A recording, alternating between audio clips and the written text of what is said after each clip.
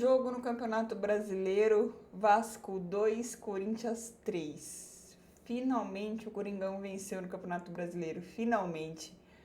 Bom, antes da gente falar do que foi o jogo e tudo mais, né?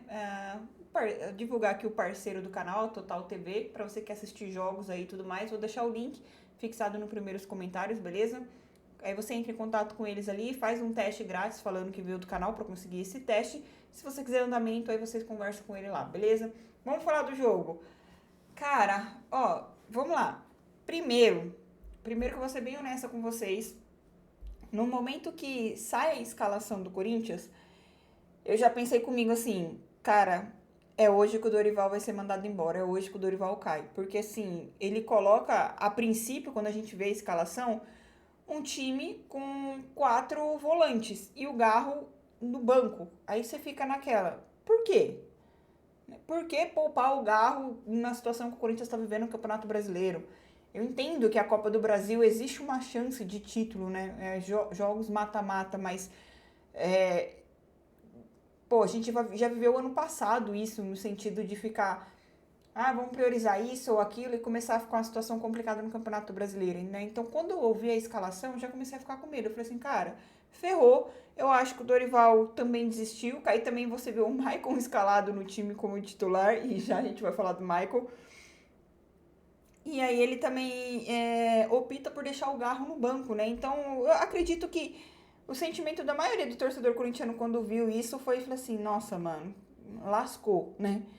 Mas, em contrapartida, era com o Vasco, que querendo ou não, mesmo tendo goleado o Santos, e eu acho que isso diz muito mais sobre o Santos do que sobre o Vasco, né? Querendo ou não, o Vasco é um freguês do Corinthians, no sentido de, cara, quantas vezes o Corinthians tá jogando mal, enfrenta o Vasco e, tipo assim, se reergue na tabela, né? Falar nisso também, o Corinthians dá um salto gigantesco na tabela, tô olhando aqui, vai pra 11º, se afasta dessa zona de rebaixamento, né? Esse jogo contra o Vasco é aquele famoso jogo de 6 pontos, então o Corinthians dá esse salto. Aí é claro que tem jogos para rolar ainda, tem times ainda que tá com jogos a menos e tudo mais, mas é importante o Corinthians se afastar daquela parte ali da zona de rebaixamento ali, porque, enfim, né, já começa a ficar beirando ali, a gente já fica com aquele sentimento, pô, mais um ano, cara, mais um ano nessa. Então a gente já começa a pensar também no que foi ano passado. E querendo ou não, você pensa também, tipo assim, cara, o milagre que aconteceu ano passado, né, daquelas vitórias e tudo mais, o Corinthians ter conseguido escapar, muitas vezes não vai se repetir, né? Então não tem como a gente não ficar preocupado. Pelo menos eu não tava louca da vida, preocupada, igual obviamente estava no ano passado, mas eu já estava acendendo aquele alerta, já estava começando a ficar preocupada, e principalmente com aquele sentimento de, pô, de novo, a gente vai ter que largar a Copa do Brasil, porque o time não consegue, né, tipo assim, deixar, não ser eliminado da Copa do Brasil, não é isso, tipo, priorizar de fato o Campeonato Brasileiro ali, ter que abrir mão, vamos dizer assim, da Copa do Brasil, porque o time vai mal no Campeonato Brasileiro de novo, né? Mais ou menos esse sentimento. Mas, neste momento, o Corinthians consegue aí se afastar bem da zona do rebaixamento e é importante ter uma consistência, né? O próximo jogo, se eu não me engano, já é um derby no Campeonato Brasileiro, é contra o Palmeiras, mas eu acho que é em casa. E acredito que já vai ter a volta de alguns jogadores, né? Mas enfim, vamos falar do jogo, né? Cara, depois dessa escalação e tudo mais, e aí o Corinthians. O que foi surpreendente, né? O que foi surpreendente, de certo modo, quando o Corinthians ele vinha para se defender, ele tirava o Ranieri ali, o Ranieri ele virava uma espécie de terceiro zagueiro, né? Então, assim, o sistema tava mudando o tempo todo. Então, foi quase que um 3-5-2, de certo modo, ali, em alguns momentos da partida.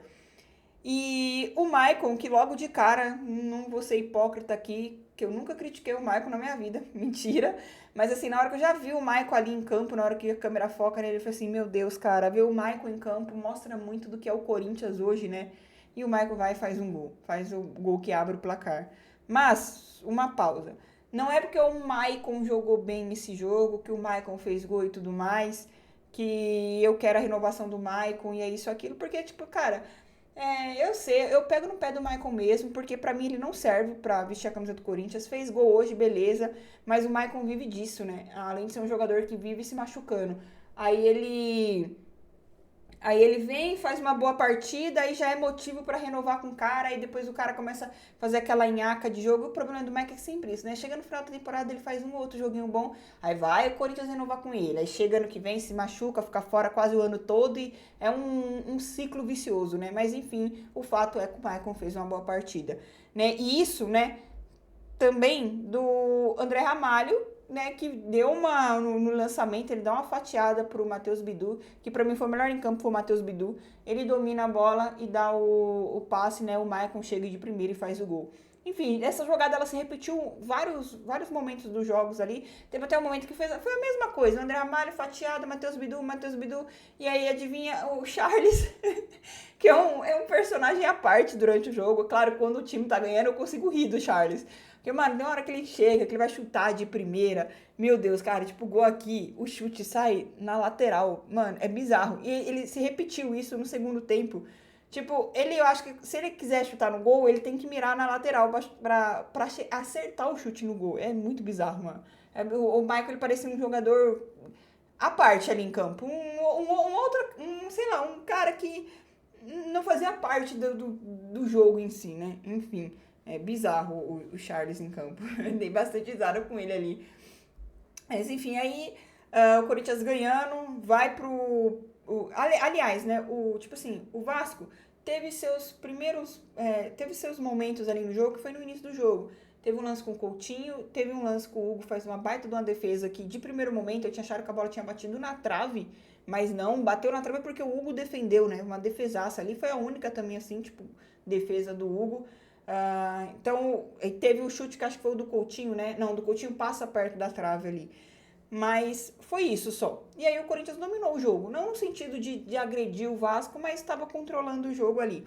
E aí depois volta, né, do intervalo, aí tem o pênalti que, sinceramente, eu vi gente reclamando de que foi falta do Verratti em cima do André Ramalho. Gente, desculpa. Beleza, eu vendo o lance ali, eu não achei falta. Não achei falta mesmo, achei que foi paspalhada. Nossa, acabei de inventar uma palavra.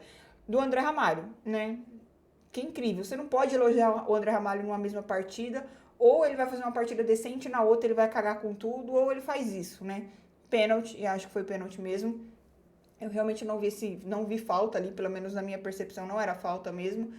E aí o Verratti bate e faz o gol, né? O Vasco empata, e aí, cara, você começa, mano, um jogo que tava teoricamente fácil, na mão do Corinthians, aí vamos lá de novo. Aí o Dorival coloca o Garro, aí o Dorival começa a mexer, e aí o Corinthians consegue, né, com o Matheus Bidu de novo, bem, que faz o lançamento pro Garro, né, ele encontra o Garro, né, o Garro vai, chuta pro gol, o goleiro solta o Mateuzinho, muito esperto também, que tava na jogada, consegue fazer o cruzamento ali, e o Guinegão vai e faz o gol do Corinthians, né, mais um aí do Guinegão, ajudando o Coringão, merecidamente, igual, acho que o Matheus Bidu foi o cara do jogo, mas, né, destaque sim pro Guinegão aí, porque é um moleque que persiste na jogada, corre bastante, se esforça e ainda se declarou pra torcida, né? Então, como não elogiar o Guinegão, além do gol, da forma como ele jogou. O Kaique, eu acho que ele tava bem no jogo, mas em alguns momentos ele tropeçou ali na bola e tudo mais, mas eu acho que foi uma boa partida. Aí o Dorival faz as alterações, né? Depois coloca o Rian, né, tinha colocado o Garro, enfim, começa a fazer as alterações, coloca o que acabou de chegar, o Vitinho, né, também o Vitinho teve uma oportunidade que saiu assim, cara, quase cara a cara com o gol, ele podia dar o passe pro Garro fazer o corte para dentro, ele faz o corte pro outro lado e acaba perdendo ali o chance, né. E aí, numa cobrança de escanteio também, uma cobrança do Garro, o Gustavo Henrique vai lá e faz o terceiro gol do Corinthians, 3-1, você acha que tá tranquilo, tá fácil, tá lindo? O Dorival vai e coloca quem? Félix Torres em campo. Pra quê? Pra fazer a gente passar um pouquinho de raiva, pra fazer a gente passar sufoco, pra fazer a gente ficar com medo, né? E numa jogada do Félix Torres que ele vai reclamar, né? Vai reclamar com o Garra ali, acaba sobrando ali uma bola pro jogador do Vasco, esqueci o nome dele, Cauã, sei lá, aquele que o Diniz estava dando chilique com ele no primeiro tempo lá, que é engraçado o Diniz dando chilique. Vai lá e consegue fazer, chuta pro gol, faz o gol ali E é isso, né? O Corinthians consegue vencer do Vasco, jogo importante por se tratar de jogo de 6 pontos, para dar um alívio para o Corinthians respirar na tabela do Campeonato Brasileiro. Próximo jogo do Campeonato Brasileiro é contra o rival, nada mais nada menos contra o rival, né? Eu, sinceramente, eu acho que se o Dorival perdesse esse jogo, o Corinthians muito provavelmente... Não sei se ele seria ser mandado embora, porque eu acho que as eleições é segunda, né? Mas eu acho que ficaria muito difícil para ele. E, né, fazer o meu elogio ao Dorival, por quê? Porque eu não confiei na escalação, de verdade, não confiei na hora que eu vi, só que em campo funcionou. Ah, mas é contra o Vasco. Não interessa, mas funcionou. Era um jogo que precisava ganhar. E outra coisa também, né? Falando de jogador, vocês percebem que, tipo assim, muitas vezes a gente tem que culpar jogador também, porque você vê que o mínimo, quando os caras se esforçam o mínimo, você vê que os caras conseguem entregar um pouco dentro de campo. O Matheus Bidu, olha a partida que o Matheus Bidu fez. Olha a partida que o Matheus Bidu fez contra o Juventude. Então, contra o Juventude, você viu um time que, sabe, um time apático em campo, um time que parecia que ia ganhar a qualquer momento. Aí você vê quando os caras se esforçam minimamente, consegue jogar bola. Não é um time prime, mas é um time que consegue jogar. Você vê o Bidon, a partida que o Bidon fez hoje? Fez uma boa partida. Você vê a zaga do Corinthians, embora o André Ramalho tenha metido a mão na bola lá, mas fez uma partida decente, de certo modo. O André Ramalho, o Gustavo Henrique, ou o Mateuzinho. Você vê que é uma partida decente. E é isso que o torcedor corintiano quer, mano. Um mínimo de esforço desses caras pra jogar os jogos. E é o que eu tô falando. Ganhe os jogos do Campeonato Brasileiro. Sei que não vai ganhar todos, mas jogue, né, minimamente com vontade o Campeonato Brasileiro pra justamente se livrar daquela parte de baixo da tabela pra você conseguir focar na Copa do Brasil, cara. Pra conseguir focar ali, pra você não ficar desesperado no Campeonato Brasileiro, tendo que jogar uma outra competição. Eu acho que é o mínimo que o torcedor quer e o mínimo que a gente espera desse time. Porque assim, eu não acho esse time do Corinthians maravilhoso, mas ele já se provou ser um time que consegue dar trabalho para os adversários. Se provou isso no ano passado, né? Nenhum time ganha à toa ali 9 jogos seguidos da maneira que o Corinthians ganhou. Então assim, os jogadores têm uma certa qualidade, de certo modo ali, para entregar o mínimo em campo, para ser competitivo. Não tô falando que é um time para ganhar o título do Campeonato Brasileiro, mas um time para ser competitivo e não ficar passando sufoco. Bom, o time ganhou aí com o time basicamente remendado. Acho que o Yuri não vai demorar tanto para voltar. O Memphis, acredito que no próximo jogo já esteja disponível, né? Então, assim, e agora o Dorival aí com o Guinegão, acho que vai ter um pouquinho mais de oportunidade, né? Eu já acredito que no próximo jogo talvez a gente tenha Memphis e Guinegão. O Matheus Bidu tá suspenso, né? Então provavelmente a gente vai ter Raniel ali. O único que acredito que não volta para esse jogo mesmo, para esse jogo não, né? Para esse ano é o André Carrijo, né? Mas é isso. É isso. Focar agora. Vai ter o jogo contra o Palmeiras, mas tem o jogo da Copa do Brasil, né? Contra o Atlético Paranaense. Eu sei que teve mudança nas datas aí, mas é só na semifinal. Enfim, acho que é isso, né? Pelo menos a gente vai ter um domingo aí mais tranquilo. Os bastidores do clube a gente sabe como que funciona. Esses dias teve entrevista do cara do 1 bilhão. E olha, gente, sinceramente. Aliás, dá um recadinho aqui, né? Essa semana praticamente não teve live. Tá sendo difícil de fazer live aqui pra vocês, pro pessoal que acompanha. Porque eu não tô conseguindo chegar no horário, né? Não tô conseguindo chegar no horário. Eu vou pensar o que eu vou fazer, se eu vou realmente diminuir as lives, se eu mudo alguma coisa de horário, enfim. Então, enfim, vai ser meio complicado aí essas próximas semanas aí. E eu vou ver o que eu faço e depois eu aviso pra vocês, beleza? De novo, like no vídeo, se inscreve no canal pra fortalecer. E se você quiser, né, e puder contribuir com o Pix ou Valeu, também é muito bem-vindo, é nóis, respeita as minas. E vai Corinthians, o Coutinho chegou querendo demais, mas não deu certo e não rimou, mas não interessa, o Coringão ganhou.